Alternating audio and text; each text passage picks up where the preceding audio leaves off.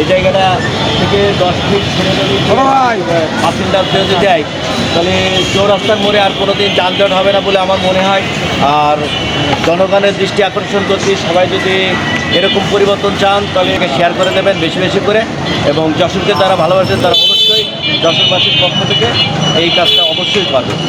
Model থানা ভেঙে নতুন করে নির্মাণ করা হওয়ার কারণে পরিত্যক্ত আছে, এটার করে নিয়ে যাওয়া হয়েছে চাষরা পুলিশ ফাঁড়ির ওখানে। তো যারা এই শহরে কাজে আসবেন তারা ভিডিওটাকে ফলো করবেন এবং শেয়ার করে দেবেন, এবং যদি চৌরাস্তার মোড়কে পরিবর্তন দেখতে চান তাহলে এই ভিডিওটাকে বেশি বেশি লাইক কমেন্ট শেয়ার করবেন এবং বন্ধুবান্ধবের মাঝে ছড়িয়ে দেবেন। এবং আপামর জনগণের কাছে দাবি যে যারাই এই সমস্যার সমাধানের হাত থেকে যশোরকে ভালোবাসেন তারা এই ভিডিওটাকে বেশি বেশি করে লাইক কমেন্ট শেয়ার করে দেবেন।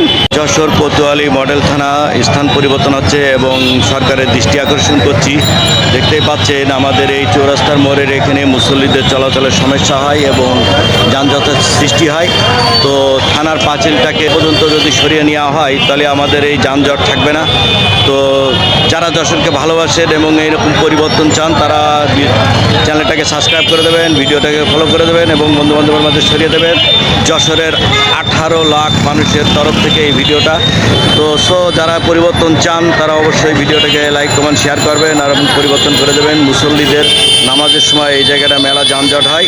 তো সরকারের দৃষ্টি আকর্ষণ করছি, আপনারা যদি পাঁচিলটাকে 10 থেকে 15 ফিট সরিয়ে দেন এবং এই রাস্তাটা যদি এইখান থেকেই 20 ফিট পর্যন্ত যদি চওড়া হয়ে যায় খুবই ভালো হয়।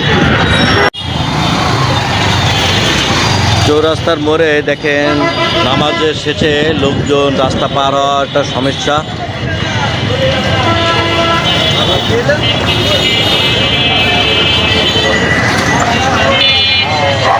খুব দ্রুত চলাফেরা করছে গাড়ি এবং রাস্তা